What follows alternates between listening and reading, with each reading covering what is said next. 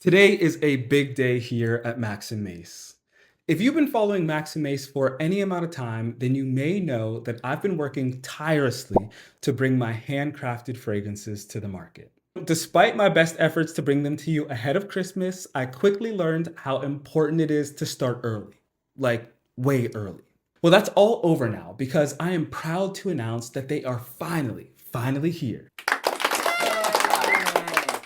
That's right, after many delays, my Eau de Parfum collection is finally available for purchase, and I am so happy to share them with you. In this video, I'm going to explain exactly what the holdup was, why I started with fragrance oils, and what I learned and would do differently next time. Before we get started, don't forget to like this video and subscribe to the channel. Every week, I make fragrance education videos and take you behind the scenes as I build my fragrance brand, Max Mace. Okay, so back to my story. I've always wanted to launch with my fragrance sprays. That was my original intention for the brand.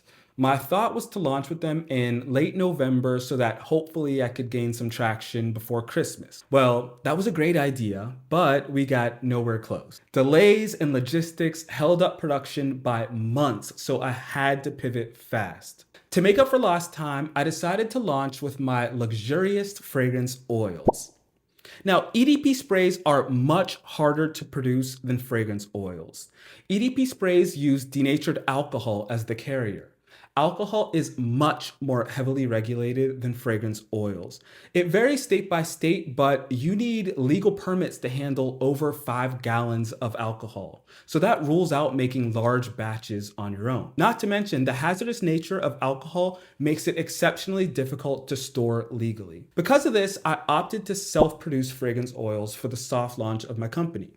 And I'm so happy I did this because it helped me create a workflow for incoming orders. I registered my products on Shopify, my TikTok shop, and I helped build hype before the EDP spray release. Now, while I was able to work on that, I hired a third party to handle the more difficult task of blending my fragrance concentrates in alcohol. And they even helped with labeling and boxing my sprays. Now, this was a huge benefit, but it also came with a few drawbacks. More on that later. There are major differences between experiencing a fragrance as an oil and experiencing it as a spray. Fragrance oil sits close to the skin and it develops slowly, while sprays use alcohol to lift the scent and rebalance the formula as it moves and opens up in the air. Oil feels intimate and personal, but sprays project outward and create a scent aura with a clearer opening, a middle, and a dry down. Sprays also take much more time because they need proper maceration and stability testing to make sure everything smells and behaves the way it should. It was absolutely imperative that I paired with a professional company to assist in the process of making these EDP sprays a reality. As a new brand, I refused to compromise on quality. So I really trusted their expertise to help create a product that we could all be proud of. While I would not do any of these things differently, I do want to acknowledge the major trade-offs. The part of launching a fragrance brand that nobody talks about is how long everything takes and how much of these things are out of your control. We had delays with our box manufacturer, delays with color matching the labels to the boxes, delays with the progress of boxing because people were sick because it's the winter time. We had delays left and right. If there's one thing that I would do differently, I would not publicize or even hint at a release date to anyone because you're inevitably going to have to change it again and again. So just be patient and wait until you've got a product in your hand before you say anything. I would say that the hardest part of this process for me was getting my hopes up that things would be done sooner than they were. I was constantly making plans, then breaking them down and making new plans. And because of this, you start to let the cost of the business slowly rise. I rented my studio months earlier than I needed to. I was paying for Canva and Shopify months earlier than I needed to. Revisions and alterations were also additional costs that I didn't think about. My lack of patience also led to this emotional fatigue that I felt. I was getting tired of doing this before I'd even launched. I think this process has taught me about the power of patience. I just think that it happened to have taught me the hard way. So I would say here are my biggest takeaways that I've learned from launching my EDP sprays. You need to build in much more time than you think. Seriously, like give yourself 4 more months on top of whatever you already think you need.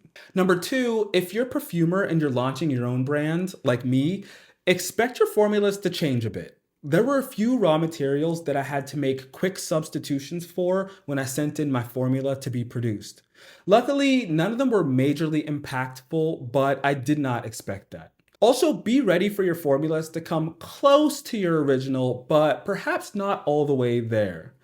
I would say my finished product smells about 95% of the way of what my original smells like. I think that's totally fine for now, but that's definitely something I'll want to improve upon in the future.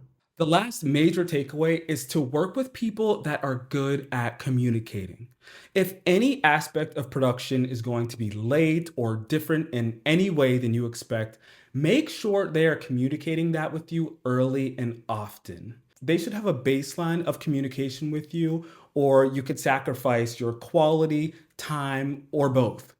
So yeah, this is a big day for Max Mace as our EDP sprays are officially available on our website, maxmace.com, and on TikTok Shop. I chose to launch with a really approachable 10 ml EDP spray because I realized that we're a new brand and people may not feel comfortable buying a full-size bottle of our fragrances just yet. This size is a wonderful introduction to our 4 signature fragrances, and it gives you a broad view of the work that we do here.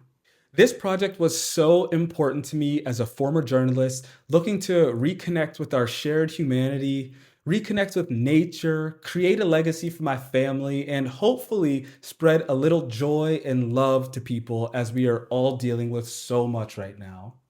I want to thank all of you who have followed along with this journey. If you happen to purchase any of these fragrances, I'd love to know what you think. This feels like the beginning of something really big, and I can't wait to share more of this journey with all of you. Thank you all so much for tuning in this week, and we'll see you again next week. And you know what? I'll keep you posted on how things are going. This could be a running conversation for us. So have a great week. We'll see you soon.